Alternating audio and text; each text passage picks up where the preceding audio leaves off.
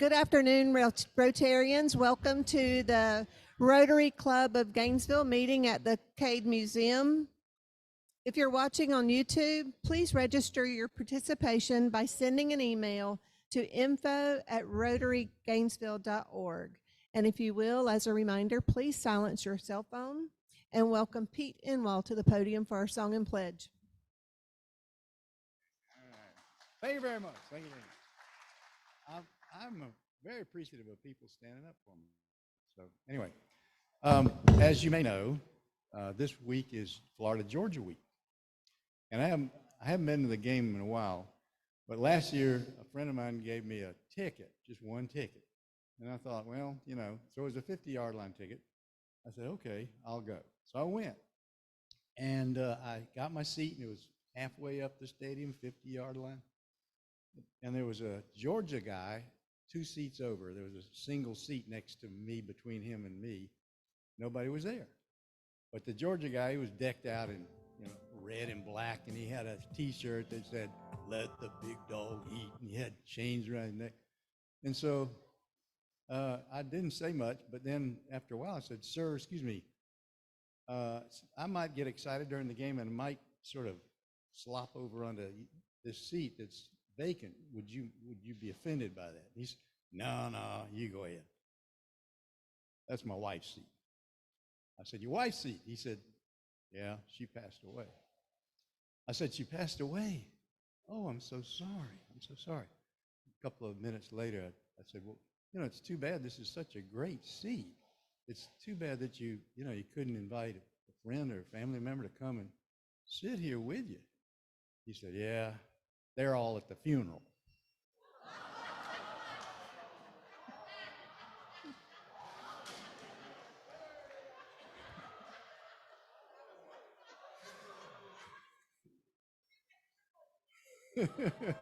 Finally.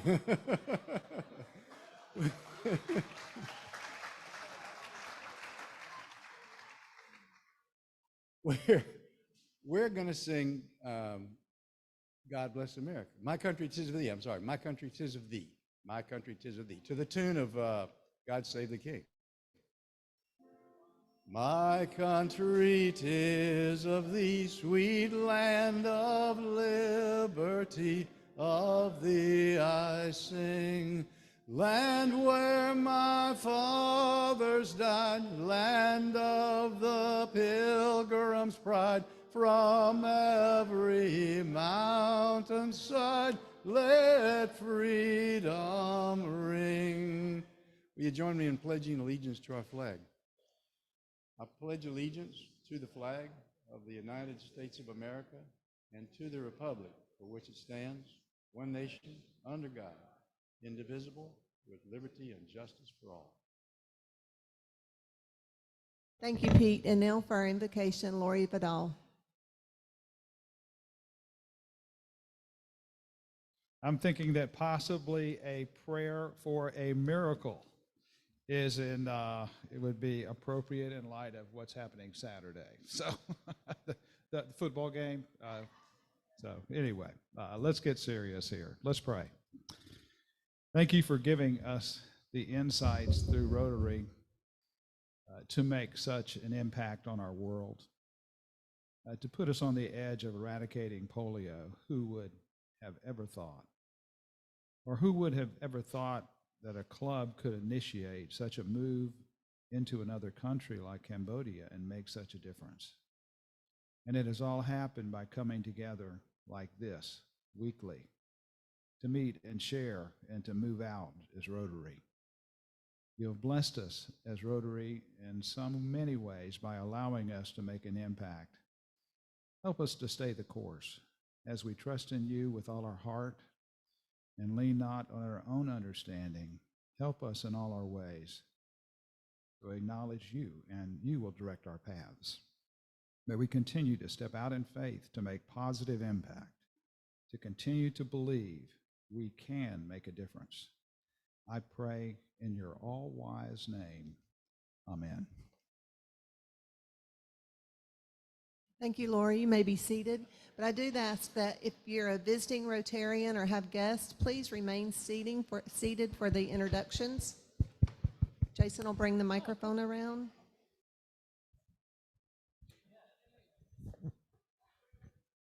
Rotarians, I'm Robert Mounts, and with me today, next to me is Carlos Mays-Tu, a retired professor, as I understand it, of applied linguistics, but has been in Gainesville 20 years and is looking for a Rotary Club. And we're happy to have you. Been corresponding with Richard Allen, who's the great recruiter.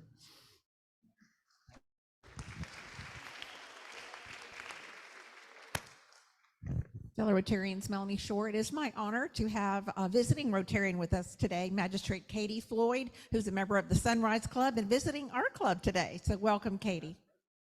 Past president.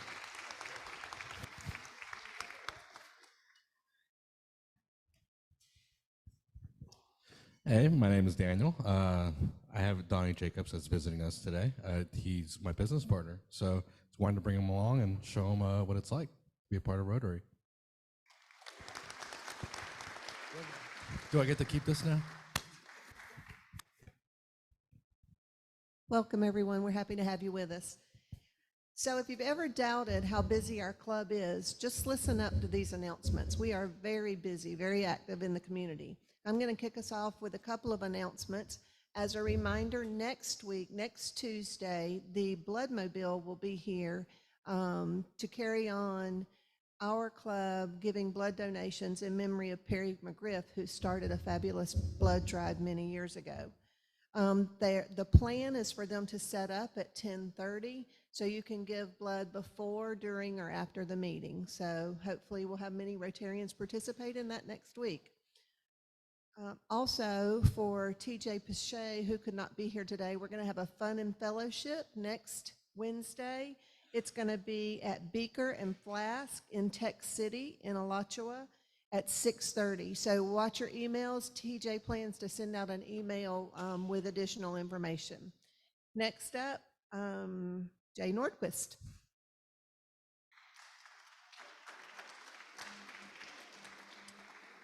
Good afternoon, fellow Rotarians. As a member of the Ethics and Business Awards Committee, I would encourage each member in here to consider making a nomination for a business or a business owner that's worthy of this prestigious award. The Ethics in Business Award has been issued each year in conjunction with the Greater Gainesville Chamber of Commerce since 2011. The award honors and recognizes individuals and businesses in the community that exemplify the ideals of Rotary by consistently demonstrating strong commitment to the highest ethical practices in all aspects of their business. It is not the Service Above Self Award, which is issued to an individual for their service to the community, as opposed to the Ethics in Business Award, which is given to a business or a business owner for their high ethical practices. So, I strongly encourage each and every one of you to make a donation. I mean, you look around the room here, or you look at the people that you do business with, I know that there's a lot of worthy people out there. So I would strongly encourage any kind of a nomination. Think about somebody within your network. Download the nomination form from DACDB, or get with Scott Winsler. He'll give you the form, make a phone call. We'll make sure you get hooked up with a form. The deadline for the submissions is November the 3rd. Anybody can make a submission, so it doesn't have to be a Rotarian. It can be anybody that feels that there's a worthy recipient out there. The nominees will then be interviewed by a team of students from the ethics ambassadors from the Warrington School of Business, who will then make a recommendation to the Ethics and Business Committee, and then the Ethics and Business Committee will then select the recipient. The award will be announced in January and here at the club, and then it will also be announced at the Chamber's annual meeting in February of 2024. So please think about some businesses that you think are worthy of this award. There's a lot of recipients that have gotten this over the year that certainly are worthy. And if you have any questions, anything, talk to one of the committee members. Scott Winsler, please stand up. He's our fearless leader of our committee. So just final plug, Colleen told me to keep it short, so I'm not. final plug is really think about somebody in your network, because the more recipients we have, the more valuable this thing becomes. So please think about that. Thank you very much. Sorry, Colleen, to steal the thunder for a little bit. We'll talk later. Next up, Billy Dodd. Come on up, Billy.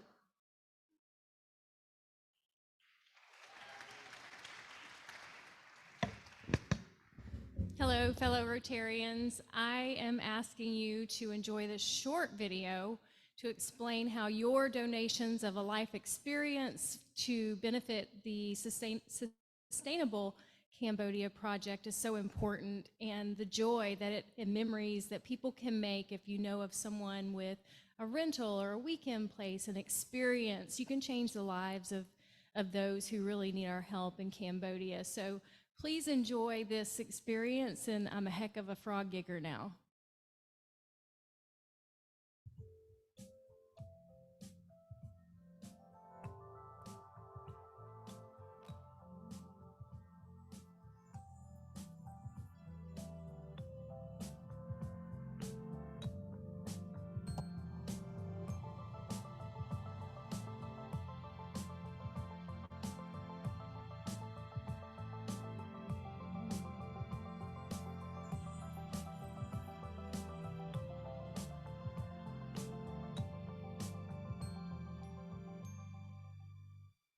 A great memory, and I just asked you to consider donations of experiences to the auction. So if you could reach out one of the auction committee members for your ideas or donations, please let us know. Thank you.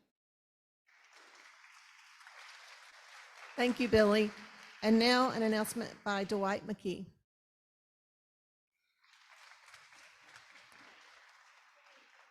Hey, good afternoon, fellow Rotarians. I'm here to talk to you about Seafood Spectacular. Everybody's got some flyers out there. We got tickets on sale. Tickets were just printed last weekend. Please go see Wes over here. Credit card, cash, check.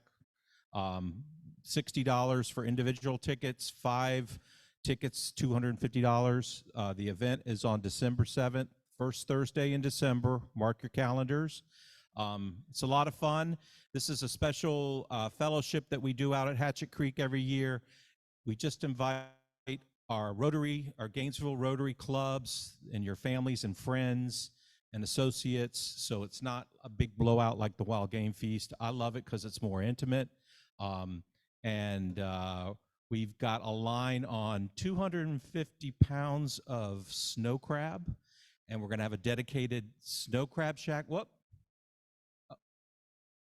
Oh, and 500 pounds of crab claws. Okay, so we've been working with Lee over at Northwest Seafood and working on a great menu, have a lot of fun.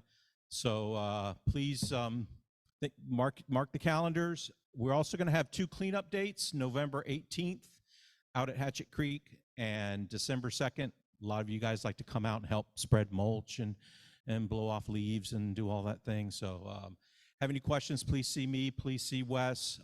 If anybody wants to be a sponsor of the Crab Shack, please see me. Thank you. Thank you, Dwight. Thank you, Dwight. One more announcement from John Thomas. Good afternoon, Rotarians. Just real quick, we are about a month away from our elections for next year's Board of Directors. So if you could put some time thinking about who you want to nominate for that board, and if you have any questions about what being on the board entails, please come see me after the meeting.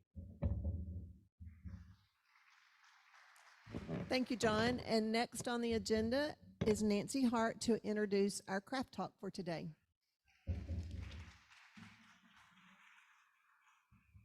Good afternoon, Rotarians. I'm introducing Cheryl Scott. I'm sure many of you know her. And I met Cheryl when lunch was served at a moment of do-goodery last spring when Marion Colburn, Bobby Hall, and Susan Maston and I teamed up to treat the workers at the 16th Habitat for Humanity Women Build House. A 3-bedroom, 2-bath house. It's complete now, and they're about to start construction, or they already have started construction on the 17th Women Build House. And the reason you need to know this is because we're going back to bring lunch again, because cool things happen at these lunches. At that site, I learned that Cheryl is president of the board of the Alachua Habitat, and she formerly served as the chair of the Women Build Steering Committee. So I learned all about Women Build. And she has helped with 10 Habitat houses, and then she's so good at it that she did renovations for her friends and at her own home. And then Susan Maston said, wait a minute, I know you from the dog park. And then it happened. We launched. Oh, but you need to join our Rotary Club. It's so much fun. So she's here. She really has a job as a bank compliance consultant, which I know almost nothing about. But I do appreciate from my time in the US Senate that this is a very, very important job to keep our financial system secure and to prevent us from having yet another banking calamity. So please welcome Cheryl for her craft talk.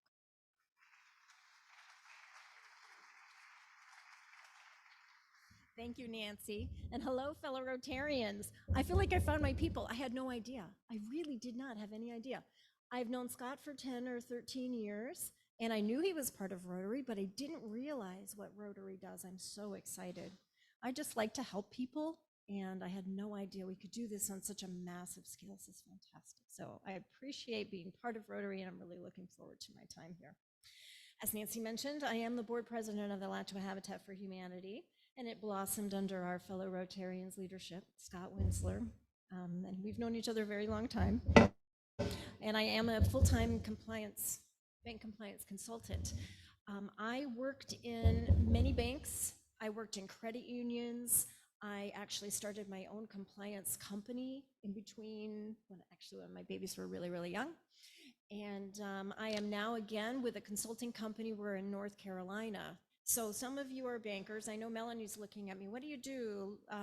Loan compliance audits, deposit compliance audits, BSA audits, fair lending, on and on. And then because I worked in the institutions, can help them fix it so that when their examinations come, they go nice and smoothly, and we can get everybody educated too about what's going on in the bank. I wanted to back up just in case this relates to any of you. I was born in upstate New York, and I don't know how much time I have, but my mom and dad are like Redford and Barbara Streisand, the way we were. My dad was, he's better looking. He was a track star, and we just inducted him into the Hall of Fame in New York for being a track star. And my mom can't sing at all, God help her, not at all. But I spent my childhood in Connecticut, and then my teenage years I was in Colorado. I went to Colorado College, got a degree in political economy, which is perfect for doing compliance because I was very active in the commenting period and shaping regulations. So I love seeing that. It's always such a kick for me. I'm the one who suggested this change, and it's part of the law.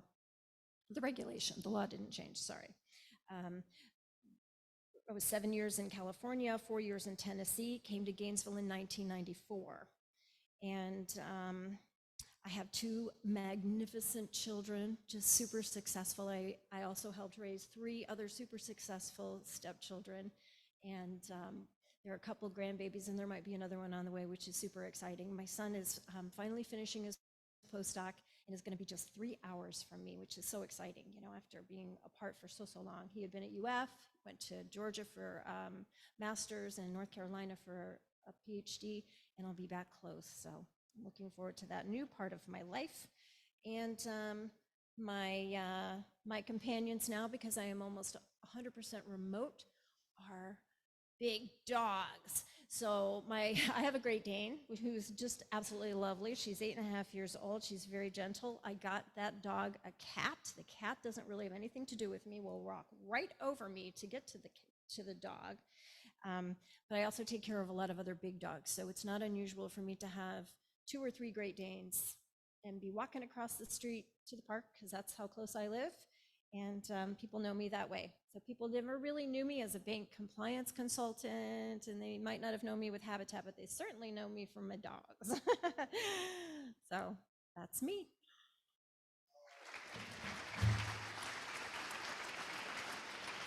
Thank you, Cheryl. We're happy to have you with us. And now, please help me welcome our president to the podium, Linda Reinhardt.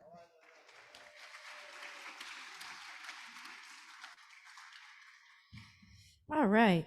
I have just a couple more quick announcements before we get into our speaker and presentation for the day.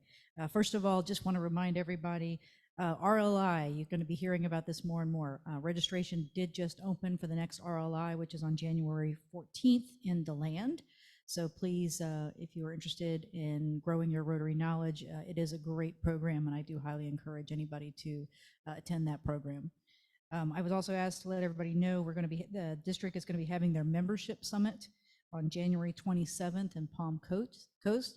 That is really designed for anybody that's interested. It's part of our membership committee or anybody that's interested in growing the membership of our club. So please talk to me if you're interested in participating in that, and we'll see what we can do to get you involved and get you involved in our membership committee. The last announcement that I have is to let you know that the Gainesville Rotary Foundation Board met last week. We received over 30 applications for our Wild Game Feast grants, and the board selected Project Youth Build to receive the grant. They're going to the single grant for $100,000 this year as the recipients of our Wild Game Feast proceeds. They plan to use the funds. If you remember, they were the recipients a number of years ago, and they built a learning pavilion. They want to use these funds to expand that pavilion and create more indoor space so that they can expand their teaching capacities and helping the youth in this community. So it's going to be a great project, and they've been a great partner over the years with the Wild Game Feast as well. So with that, I will introduce our speaker for today. Today we have Marie Turnbull with us, who lives and works in St. Augustine Beach. She and her husband, Rich Turnbull, who many of you know as a past district governor, have 5 adult children, 3 grandchildren, and they worship at Anastasia Baptist Church. Marie and Rich own and operate Turnbull Environmental Inc., an environmental consulting and construction company, and they are also the owners of Harbor Island Tennis Center, a small high-quality tennis facility located in St. Augustine. Marie is a member of the St. Augustine Beach Rotary Club and is currently serving as its club president. She is a member of the Paul Harris Society, the Bequest Society, and a major donor to the foundation. Marie has served as the district lieutenant governor, a district trainer, a grants trainer, conference chair for many, many years, and is an RLI training leader. Marie has earned the Regional Service Award for a polio-free world. Marie and Rich are passionate about eradicating polio in the world and are dedicated supporters of Rotary's Polio Plus campaign, in large part due to Marie's mother being a polio survivor. They are also active in youth exchange programs, St. Augustine Beach Club fundraisers, including Flags for Heroes. Marie currently serves as the End Polio Now chair, while Rich is the District 6970 Rotary Foundation chair. Unless he's kicked off for screwing things up again, but Marie won't let him do that. So please welcome Marie up to our podium.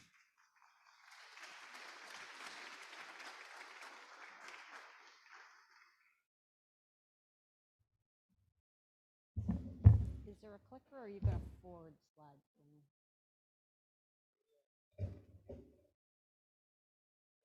Okay. All right. As she said, I am Marie Turnbull. I'm from St. Augustine Beach. Does anyone know what today is? The significance of World Polio Day. Thank you. So that's why I'm here. Rich wanted to be here. Unfortunately, this is a popular day for us to talk about polio, so we had to conquer and divide. But you got the 18. So I know here in Gainesville this past weekend there was a Pedals and Pints. I know it was done by Greater Gainesville. Did anyone participate in that? Good. It is great when clubs participate in each other's fundraisers. All the monies from that went to polio. It was a great event. I unfortunately was not able to make it. That brewery is actually one of my favorite breweries here in town. It's owned by a friend of mine, so I'm very sad I had missed it. All right. So I'm here to talk about ending polio. And this club has been a phenomenal supporter of ending polio for years. There's a banner right here from 21-22 that says you were the #1 polio giving club in the district. I forgot this year's banner right there on my bed where I was supposed to take it. This past year, you had given $9,282, making you the number 3 large club in polio giving. Number 2 was St. Augustine, and that darn Jacksonville, they were number 1. So we're gonna have to work on that one. We had 13 people last year that actually have qualified for the Polio Plus Society form, which I'm going to talk about a little, but I put some forms here, which means that you've given at least $100 towards polio, and you would give that now until the end of polio, which hopefully is in just a couple more years. So, how do we finish eradicating this? Is it going? Yeah, that's not working. So polio, what is polio? So it's a highly infectious disease, waterborne. It attacks the nervous system, often paralyzing, sometimes killing individuals. Mostly it affects young children under the age of 5. There are only 2 nations with wild virus, the wild virus. There was an asterisk there that's actually left over from last year. There was one outside in Africa last year, but this year we've only had Pakistan and Afghanistan. The wild polio, Africa has been wild polio free since 2020, and there's no cure, but there's an effective vaccine. 3 billion children have been vaccinated since we've begun this campaign. 13 million people have been saved, and we've gone 4+ years without having polio in Pakistan and Afghanistan. This is actually a picture of myself in 2011. I actually went to India and did what it's called an NID, which means a National Immunization Day, and that's me in front of the World Health Organization. So a little about myself. I am actually the past president. I was president last year. I hadn't updated that or my bio. I am your district grants trainer, and I am the district's End Polio Now chair. I'll probably continue that title, hopefully until we can say we have finished this. I'm married to past District Governor Rick Turnbull. He was known as your COVID district governor. I am the mother, like she said, of 5 kids, 3 grandkids, and most importantly, I am the daughter of Nancy Jane Marty, who contracted polio in 1947 at the age of 19 years old. She is the reason that I'm here. This is a picture of my mother in, read it from there, 1947, pre-polio. My mother was an aspiring model in New York City. Before she was stricken by polio. This is a picture in 1955 post-polio.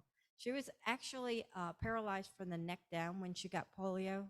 She spent 2 years in a polio ward, unable to walk, use her hands. It took a lot of time to bring all of her muscles back. Thank God she lived actually in the United States, where we had the technology to help these polio victims work their way out of some of the paralysis. This is a picture of my mother with my 2 sisters, and this is important because they told her that she could never have children after having polio. She was left with non-functioning stomach muscles, and they told her that she'd never be able to give birth to any children. Here's pictures of me and my other 2 siblings, so I guess she proved them wrong with 5 children. This is my mother with her grandchildren.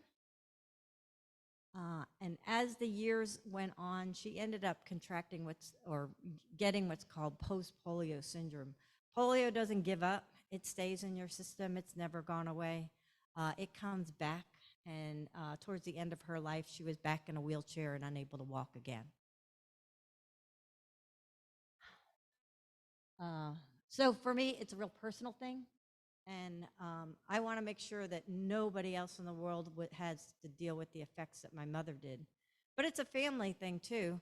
My grandmother was my mother's caregiver for 2 years, but she also was an RN, and she worked in the polio wards and actually worked with Jonas Salk in creating the polio vaccine.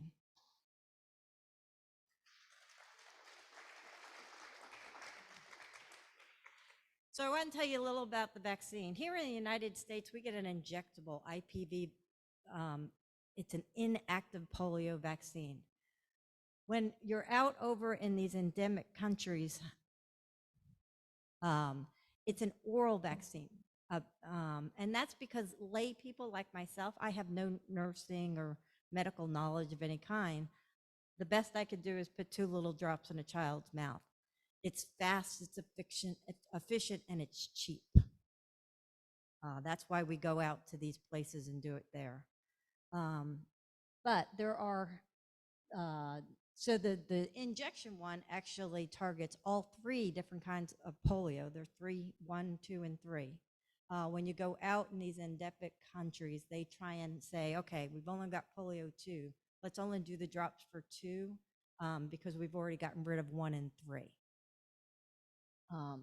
You also can't give off what's called a vaccine-derived polio from the injectable.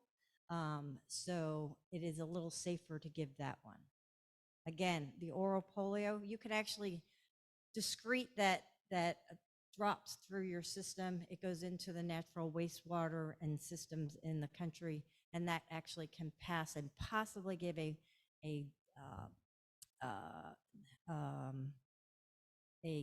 not as powerful polio, but people can actually get polio from what's called a vaccine-derived polio.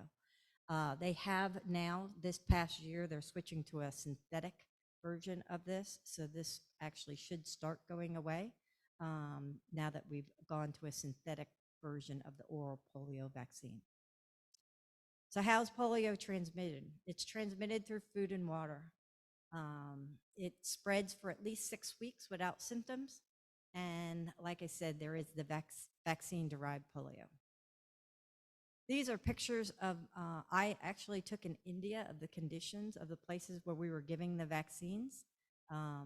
As you can see, the conditions in the places these people are living, I mean, you could see that it's just drawing more diseases into the community there.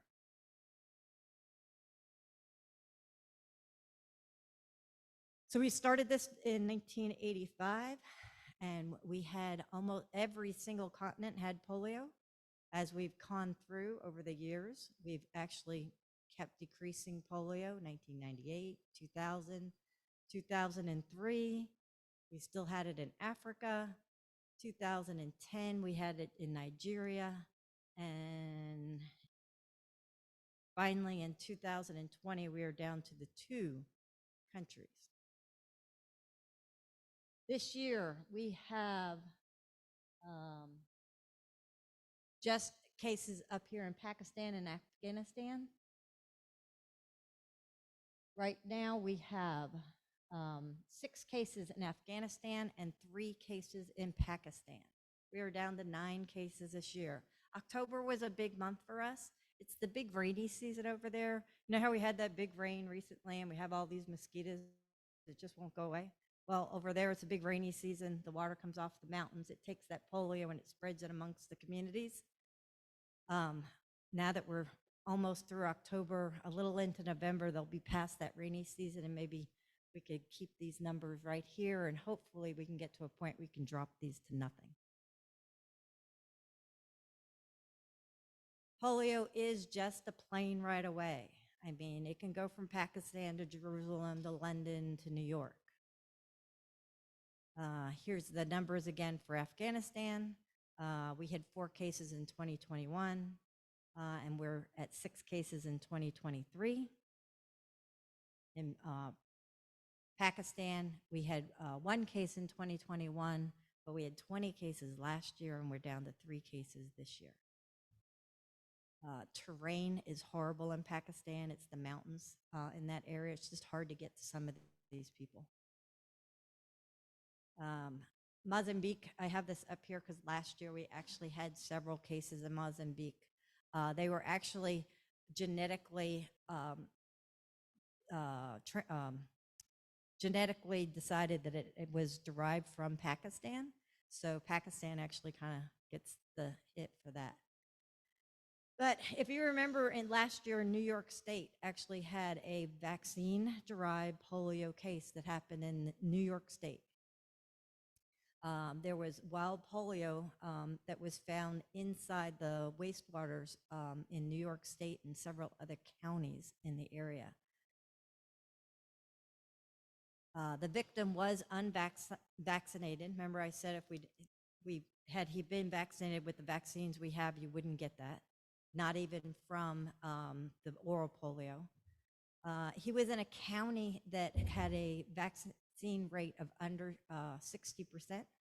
To be in a county that is considered safe, you need to be at 92%. The person had not traveled internationally, so he was definitely infected by a disease carrier that came over from another country. Like I said, the polio virus was also found in other areas: Orange County, Sullivan, Nassau counties, and the New York City wastewater system. Surveillance is key, and we're going to talk a little about surveillance. The real key is all U.S.-born children receive polio shots unless their parents opt out. Polio eradication, what's our end game? We really want to stop this. We want to stop it from everywhere. We got to get it out of these last two countries. If we get it out of these last two countries, this will only be the second disease that's ever been wiped off the face of the earth, the first being smallpox. And we have to stop circulating that vaccine-derived polio to prevent those outbreaks in polio-free regions. So, how are we going to do that? Well, we've got to immunize another 400 million children every year. We've got to be funding thousands of polio workers. People like myself, I volunteered, I paid my own way, I did all of that on my own. But there are medical personnel that do have to be paid, and those are the polio workers that do get paid. And there's surveillance. Surveillance is key. We have to find it in the water bodies before someone's getting it. Early cost model from 2022 to 27 is $5.2 billion. Main cost drivers are surveillance, the outbreaks, integrating health services, vaccine supply, and then staffing. And this is kind of a pie chart showing you the where we spend a lot of money. Got to tell you the number that is very significant here, and one we can help with, and it's not a hard thing. And this is where Polio Plus and Polio Day campaigns go on. 24% is spent just on awareness. We could start telling people it really does still exist, and we still have to get rid of it, that it's not gone yet. And that's how we Rotarians can help. So how are we going to reach our $50 million polio commitment? And that number is kind of a key number, because the Bill and Melinda Gates, although divorced, they still both believe in this program. So they have continued their match of $50 million on a 2-to-1 dollar. So that continues, and that's why that's our magic number of $50 million. We want to make sure we get the benefit of every dollar that we can match. So we want to make sure that every district and club has a Polio Plus chair or goal. I'm the Polio Plus chair, and we do have some goals here in the district. We'd like to see that we get more people on our Polio Plus Society, increase the number of districts and clubs giving by 10%, do more community events like the bike ride. There's 2 more bike rides actually getting ready to happen, one in New Smyrna and one in St. Augustine and Palaca. We actually, I have to say, we're cheating. We're going to do the beers and bikes kind of thing. It sounded like a lot of fun, so we're going to copy it. And then we want to make sure we have a district recognition program called the Polio Plus Society. So the Polio Plus Society is if you agree to give $100 to polio until we eradicate it. Hopefully, I'm only asking for like $300 over 3 years. And if you join this, you actually get a Polio Plus pin. And most importantly, you get to be part of eradicating on the second disease from the earth. I have left forms on the tables. It is a way to give. There's actually a scan there. You can actually scan it and it's a little easier. We actually, based on last year's numbers, there are 13 people in this club that have already been giving $100 or more. I can tell you this club gives a phenomenal amount. Most people are at that $50 level anyway. So really we're only talking about another $50 a year. But I'd love to recognize the people that are on this list.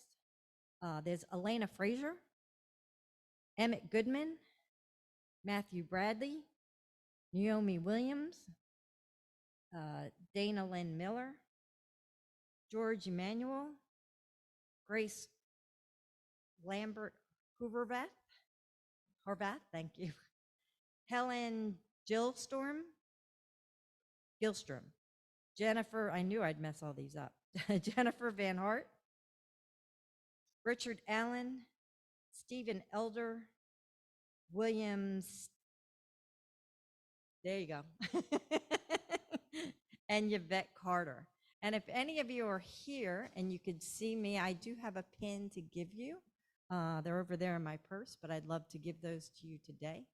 But it's amazing that 13 people without even being asked already on that level, and that it doesn't take much to get there. Also this year, we are going to have a Polio Plus Society Club. So if you can get to 100% members, it's a one-time, like Paul Harris Fellow Club, it's a one-time in stone kind of thing. But if you can get 100% of your people, we'll have a banner made up and we'll make a quite big deal for your club. This is what the banner is going to look like. So hopefully right there on the top, it'll say Rotary Club of Gainesville. And that's our big initiative I'm rolling out now. And otherwise, I'd just like to say thank you very much for allowing me to come here and open this up for questions.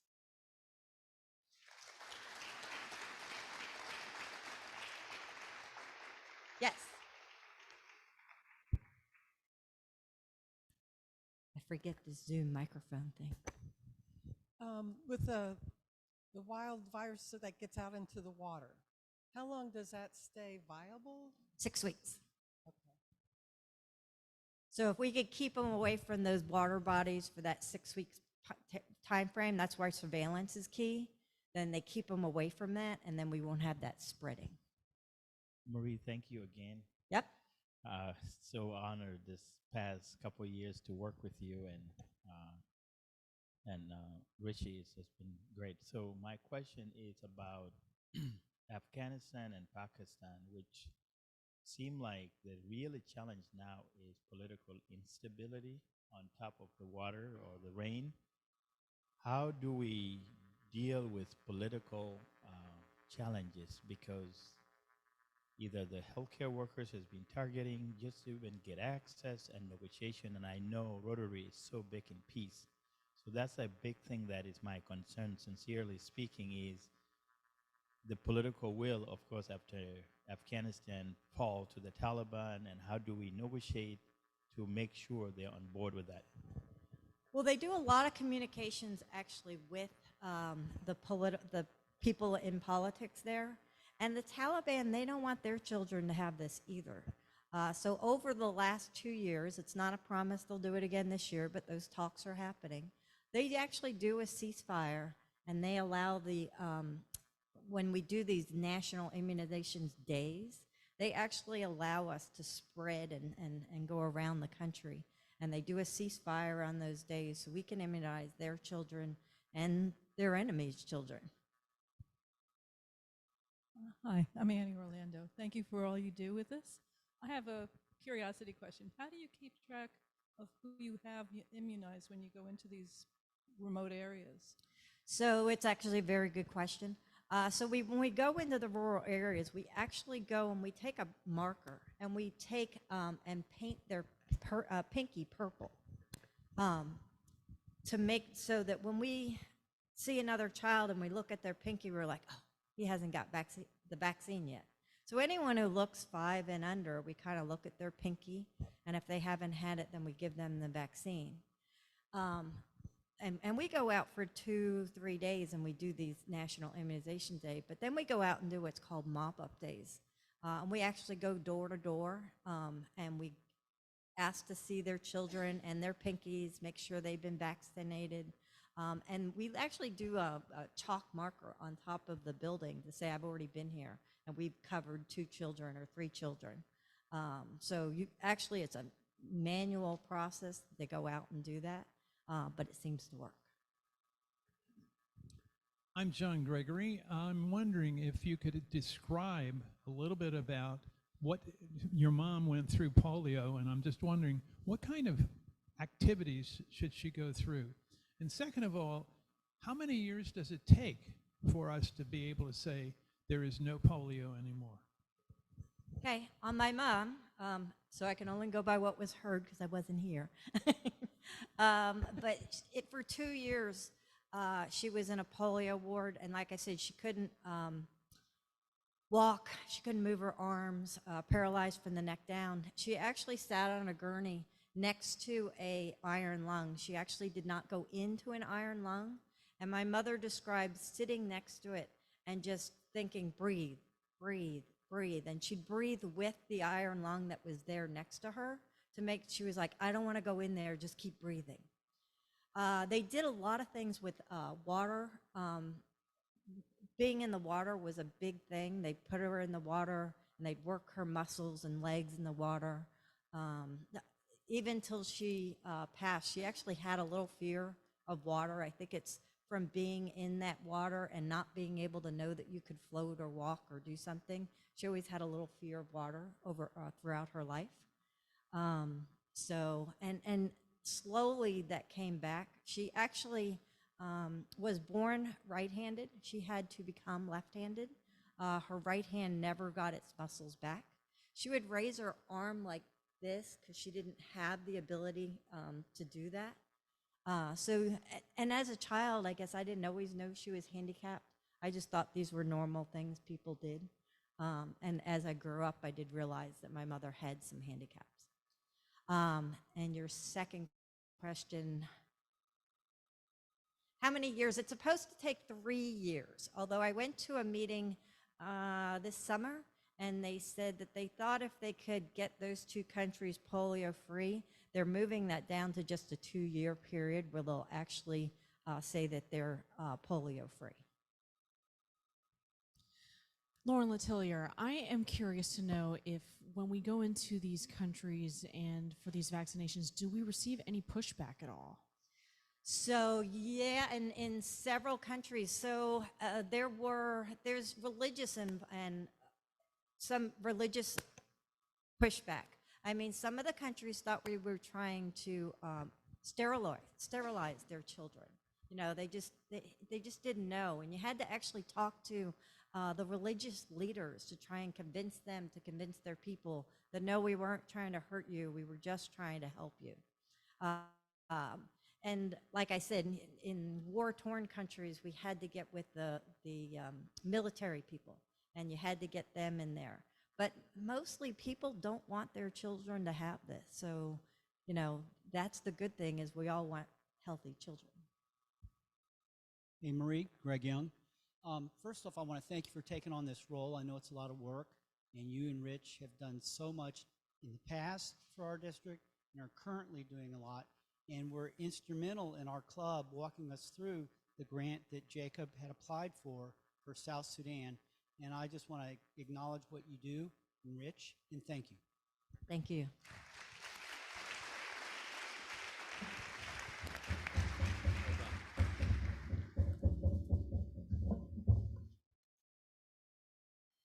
Thank you again to Marie for being here, and just wanted to present you with this. On behalf of your talk today, we're going to be making a donation to our local food bank, the Bread of the Mighty, in your name. Nice, great, thank you very much. Thank you so much. You guys do great things. Thank you so much. Okay, just wanted to let everybody know. Oh, first of all, Cheryl, I have a four-way plaque test for you, a plaque for you. So I will give that to you after the meeting.